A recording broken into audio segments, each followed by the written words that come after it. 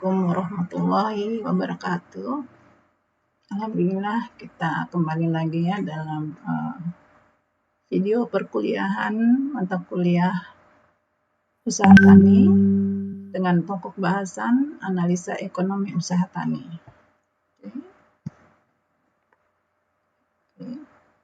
Nah, dalam analisa ekonomi usaha tani ini akan kita bahas dua hal pokok atau dua sub pokok bahasan, yaitu yang pertama prinsip-prinsip ekonomi dalam berproduksi, yang kedua adalah faktor-faktor yang berpengaruh terhadap produksi usaha tani.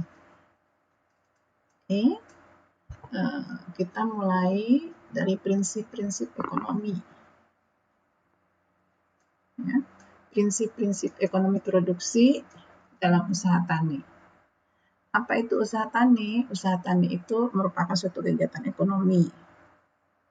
Oke, jadi jangan berpikir bahwa usaha tani itu adalah kegiatan yang teknis ya, tetapi di sini adalah kegiatan ekonomi. Ingat sekali lagi adalah kegiatan ekonomi.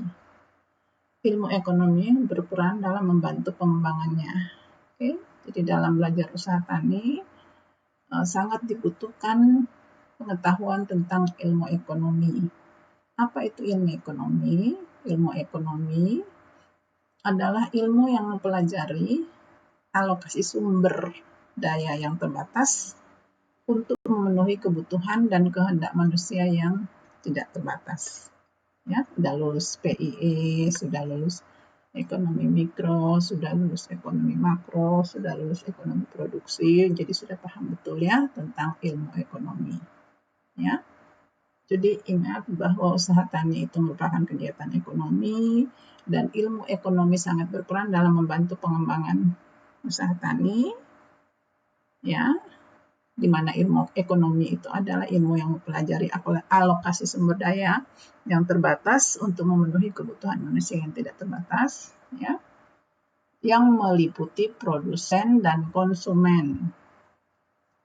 Oke, yang meliputi produsen dan konsumen. Di sini yang meliputi produsen dan konsumen. Oke, ingat itu ya. Jadi bukan produsen saja, bukan konsumen saja, tetapi produsen dan konsumen. Karena petani itu berada di posisi kedua ini. Petani itu dia juga sebagai produsen dan dia juga sebagai konsumen. Nah, ini kalau belajar usaha tani itu ya, kita tidak bisa melihat hanya dari satu sisi saja. Misalnya sisi produsen. Kalau kita belajar ekonomi, kan kita lihat dari sisi produsen sendiri, beda dengan dari sisi konsumen. Nah, kalau kita belajar usaha tani, itu kita melihat dari dua sisi, baik itu sebagai produsen atau sisi produsen dan dari sisi konsumen. Kenapa? Karena petani berada pada dua posisi tersebut. Ingat itu ya. Nah, kita lihat pendapatan usaha tani. Ukuran pendapatan usaha tani. Nah, kalau belajar usaha tani, ingat harus teliti karena ini sangat menjelimet. Hitung-hitungannya nggak sulit, mudah. Nggak rumit ya, mudah. Sebenarnya bukan rumit, bukan sulit. Nggak sulit atau tidak sulit, mudah. Karena cuma hitung tambah, kurang, kali, bagi. Tidak sulit. Hanya saja rumit. Jadi butuh ketelitian. Oke. Kita mulai dari yang pertama untuk ukuran pendapatan usaha tani. Yang pertama adalah kita menghitung operator farm labor income atau pendapatan kerja petani. Di sini ya, operators farm labor income atau pendapatan kerja petani. Oke. Contoh misalnya kita memberikan simbol pendapatan kerja petani dengan simbol H. Ya. H sama dengan A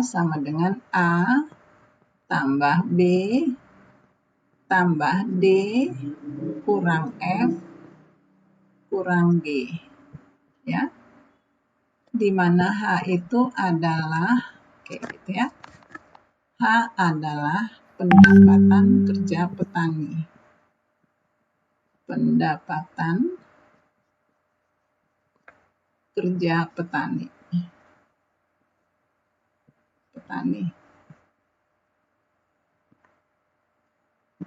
A hasil penjualan.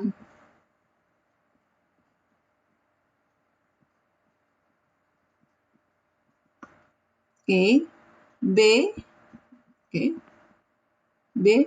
penerimaan yang diperhitungkan yang digunakan keluarga. Ingat ya, ada di sini ya, ini B. B adalah penerimaan yang diperhitungkan yang digunakan keluarga. Sudah? D adalah nilai inventaris. F adalah pengeluaran tunai. G adalah pengeluaran yang diperhitungkan termasuk bunga modal. Saya ulangi mulai dari A. A adalah hasil penjualan. Oke. A sama dengan hasil penjualan. Oke. Bagaimana menghitung hasil penjualan? Hasil penjualan itu sama dengan ya harga dikali jumlah produksi. Oke. P itu adalah price, G adalah jumlah produksi atau quantity. Itu hasil penjualan.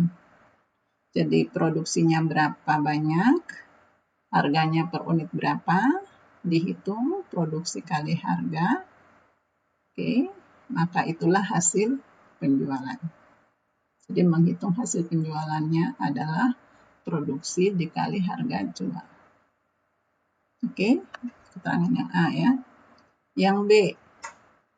B adalah penerimaan yang diperhitungkan yang digunakan keluarga. Jadi A sudah ya. B. Penerimaan yang diperhitungkan yang digunakan keluarga. Misalnya, 1 kali produksi padi menghasilkan gabah atau beras sebesar 2 ton. Ya, sejumlah 2 ton beras dalam 1 kali proses produksi. Yang dikonsumsi keluarga adalah 50 kg. Oke, harga 1 kg beras adalah 10.000. Oke, maka 50 kg beras yang dikonsumsi keluarga itu tetap diperhitungkan. Ya, 50 kg dikali Rp10.000 per kilogram. Itulah yang disebut penerimaan yang diperhitungkan yang digunakan keluarga. Tetap harus diperhitungkan. Yang untuk keluarga tetap harus diperhitungkan, tidak bisa tidak diperhitungkan. Nah, penjelasan yang yang D. D adalah kenaikan nilai inventaris. Apa yang dimaksudkan dengan kenaikan nilai inventaris? Kenaikan nilai inventaris adalah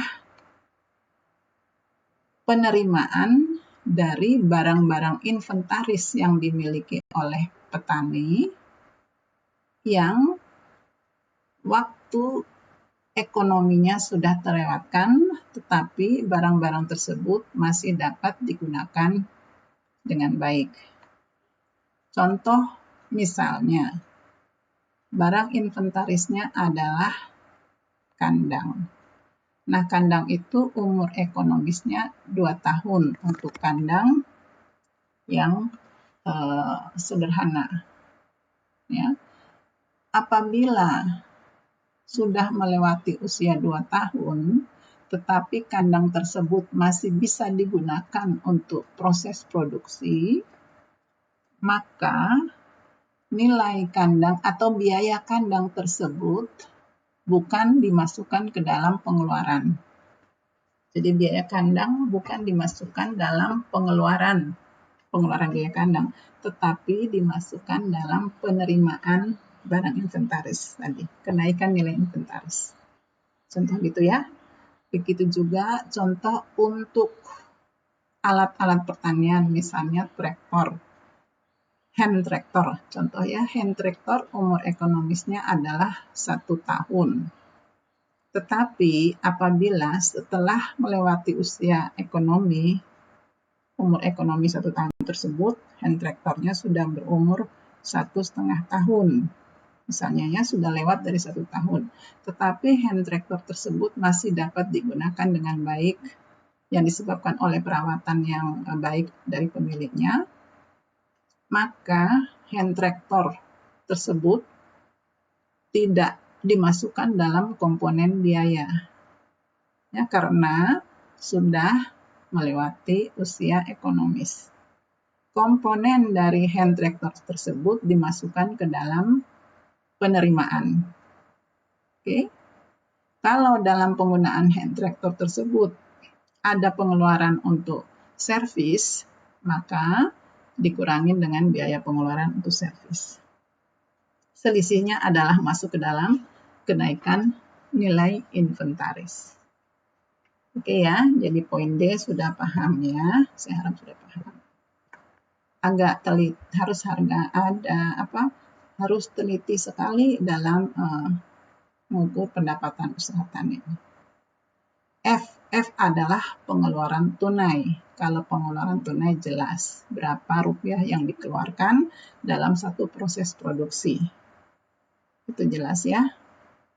Jadi tunai berapa rupiah yang dikeluarkan. Misalnya keluarkan biaya beli benih atau beli bibit di benih ya. Kalau untuk padi mengeluarkan uang untuk beli benih 150 kg dengan harga per kilogram 25.000, maka pengeluaran tunainya adalah 150 kg dikali 25.000, sekian rupiah, itu adalah pengeluaran tunai. Jelas ya untuk F, pengeluaran tunai. Yang berikut adalah pengeluaran yang diperhitungkan. Pengeluaran yang diperhitungkan ini dalam hal bunga modal. Ya, kalau ada bunga modal. Kalau tidak ada bunga modal, tidak usah dimasukkan ke situ ya. Baik, untuk ukuran pendapatan usaha tani, yang pertama untuk pendapatan kerja petani atau kita menggunakan lambang H, saya harap kalian sudah mengerti di sini ya. Soal lambang ini H, A, B, D, F, G itu bisa kalian ganti dengan lambang apa saja. Ya, jadi tidak baku di sini. Baik, kita lanjutkan ke yang kedua. Yang kedua adalah operators farm labor earning. Operators farm labor earning atau penghasilan kerja petani. Penghasilan kerja petani kita buat lambangnya J. Adalah penghasilan kerja petani. Oke. Jadi J ini sama dengan H tambah B. H itu apa? H itu yang tadi di atas, ya, pendapatan kerja petani. H adalah pendapatan kerja petani. Oke. B itu apa? B itu adalah penerimaan yang diperhitungkan, yang digunakan oleh keluarga. Oke. Atau disebut penerimaan tidak tunai. Ya, di mana B itu penerimaan tidak tunai. Kalau di sini dicantumkan B adalah penerimaan tidak tunai. Tapi di sini B adalah penerimaan yang diperhitungkan. Sama saja, penerimaan yang diperhitungkan yang digunakan oleh keluarga sama saja dengan penerimaan tidak tunai. Jadi penerimaan yang diperhitungkan. Gitu ya. Jadi penghasilan kerja petani sama dengan ya, pendapatan kerja petani ditambah penerimaan tidak tunai, atau J sama dengan H tambah B. Oke, ini yang kedua ya. Yang pertama tadi di sini adalah penghasilan atau pendapatan kerja petani. Itu yang pertama. Yang ketiga adalah pendapatan kerja keluarga atau family farm labor earning. Pendapatan kerja keluarga. Pendapatan kerja keluarga kita beri lambang L. Ya, ini L, pendapatan kerja keluarga. Beri lambang L. L itu didapat dari J tambah K, di mana J itu adalah penghasilan kerja petani. Lihat ya. J itu adalah penghasilan kerja petani, yang nomor 2 tadi ini ya. Ditambah K, K adalah nilai tenaga kerja keluarga. Oke, nah kita lihat nilai tenaga kerja keluarga. Oke, jadi sini L yang ketiga, L sama dengan J tambah K. J kalian sudah tahu ya, K adalah nilai tenaga kerja. Nilai tenaga kerja keluarga.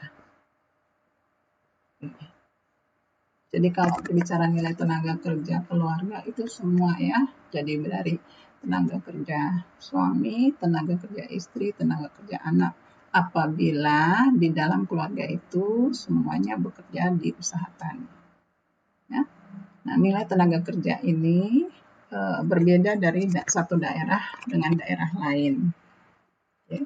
Jadi ada yang 1 hari untuk tenaga kerja orang atau HKO, hari kerja orang, HKO.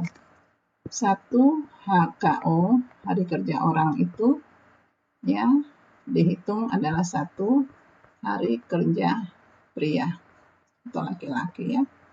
Oke.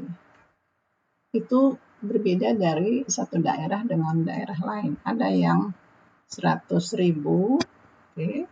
Nah, ada yang lebih, ada yang tidak sampai 100.000. 1 hari kerja orang pria.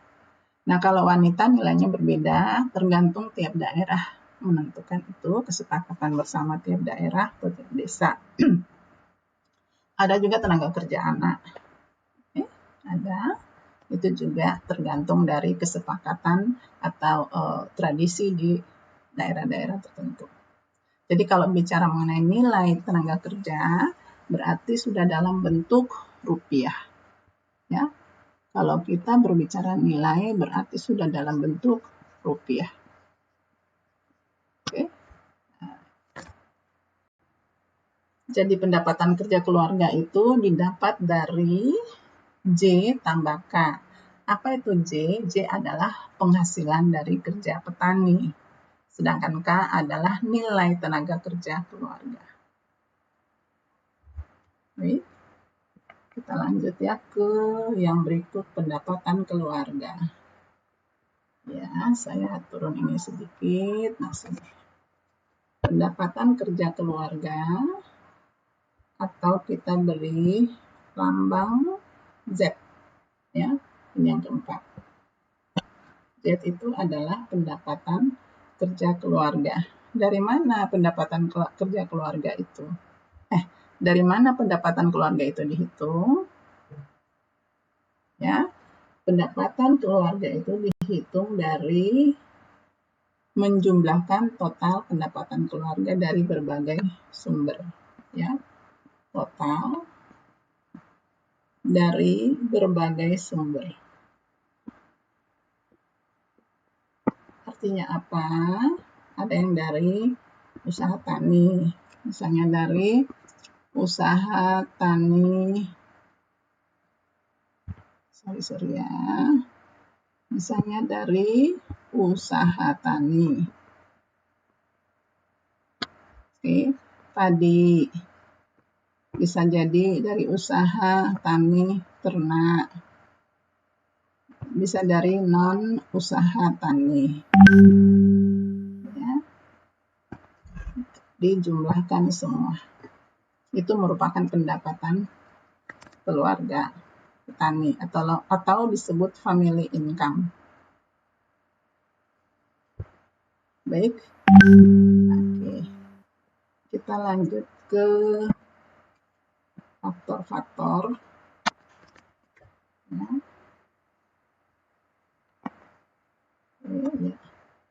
Faktor-faktor yang mempengaruhi pendapatan usaha tani.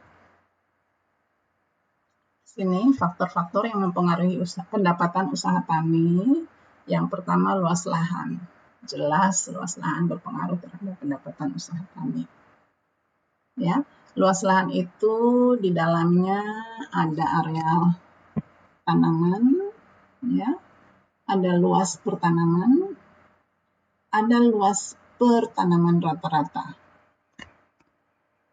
Itu untuk misalnya tanaman, ya. Kalau untuk ternak, luas usaha itu masuk dalam jumlah ternak per usaha tani, jumlah ternak produktif per usaha tani.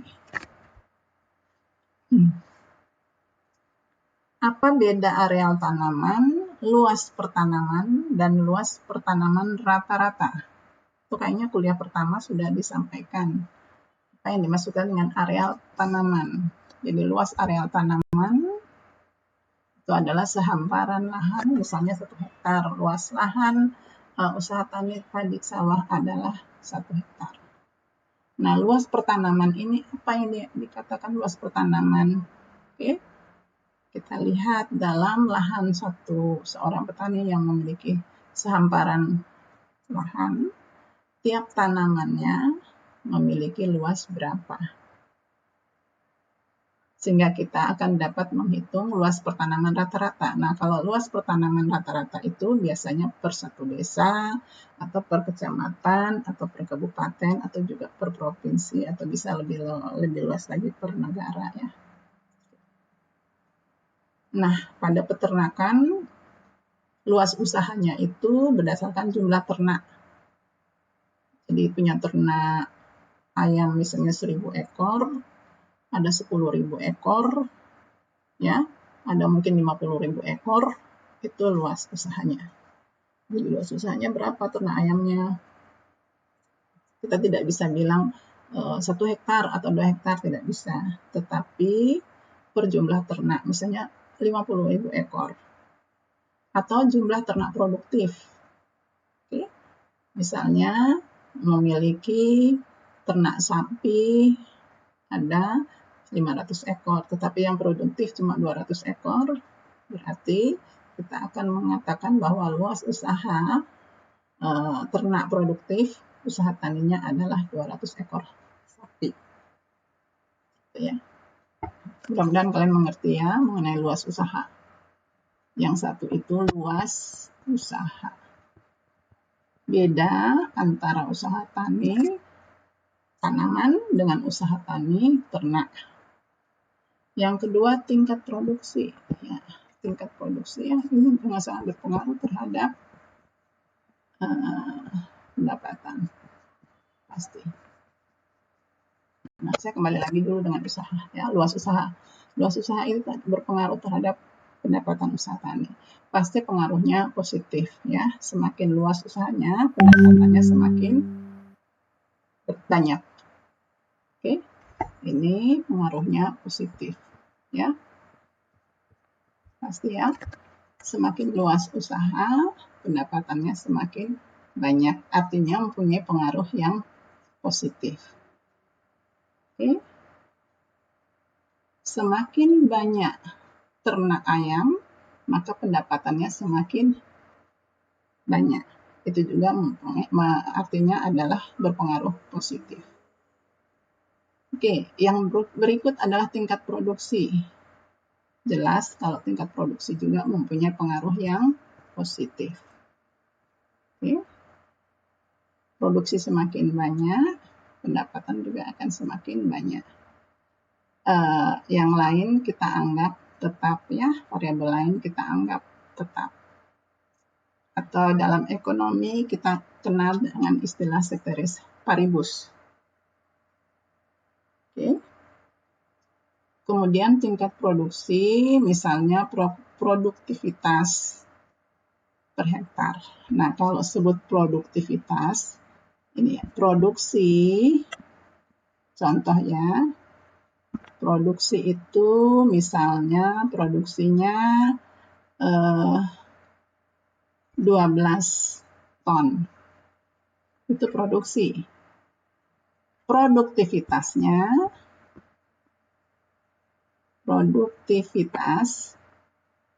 bisa yang satu lahan,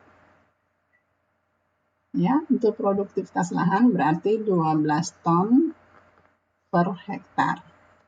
Itu produktivitas lahan. Ada produktivitas tenaga kerja. Nanti secara rinci dipelajari di ekonomi tenaga kerja. Jadi setiap 1 jam tenaga kerja menghasilkan berapa banyak ya barang tersebut. Jadi pelajari di situ ya. Oke. Itu untuk tingkat produksi. Yang kedua ya. Yang ketiga adalah pilihan dan kombinasi cabang usaha. Oke. Jadi memilih cabang usaha. Contoh, cabang usaha tani sayuran dengan cabang usaha tani padi. Berdasarkan hasil-hasil penelitian, ternyata cabang usaha tani sayuran itu mempunyai atau berpengaruh positif terhadap pendapatan usaha tani. Dibandingkan, lebih menguntungkan, bukan berpengaruh positif ya, usaha tani sayuran lebih menguntungkan dibandingkan usaha tani padi. Oke, jadi mau pilih cabang usaha tani apa? Mau sayuran, atau mau padi, atau mau ternak ikan, atau ternak ayam, silakan. Karena kombinasi cabang usaha atau pilihan cabang usaha itu akan berpengaruh terhadap pendapatan dari usaha tani tersebut. Berikutnya adalah intensitas penguasaan pertanaman. Artinya di sini setiap musim pertanaman, jadi pengusahaan pertanaman, intensitasnya 1 tahun berapa kali. Itu juga berpengaruh terhadap pendapatan. Kalau 1 tahun digunakan 2 kali, dengan 1 tahun digunakan 3 kali, intensitasnya pasti pendapatannya berbeda. Jadi intensitas penggunaan lahan itu juga berpengaruh terhadap pendapatan. Sama pengaruhnya positif. Yang berikut efisiensi tenaga kerja. Pasti ya, efisiensi tenaga kerja berpengaruh juga terhadap pendapatan usaha tani. Semakin efisien tenaga kerja, semakin besar pendapatan dari suatu usaha, baik itu usaha tani maupun non-usaha tani. Oke? Mudah-mudahan ngerti ya. Baik, itu tadi penjelasan mengenai analisa ekonomi usaha tani bagian pertama ya, part 1. Nanti saya akan lanjutkan ke bagian kedua atau part 2 supaya tidak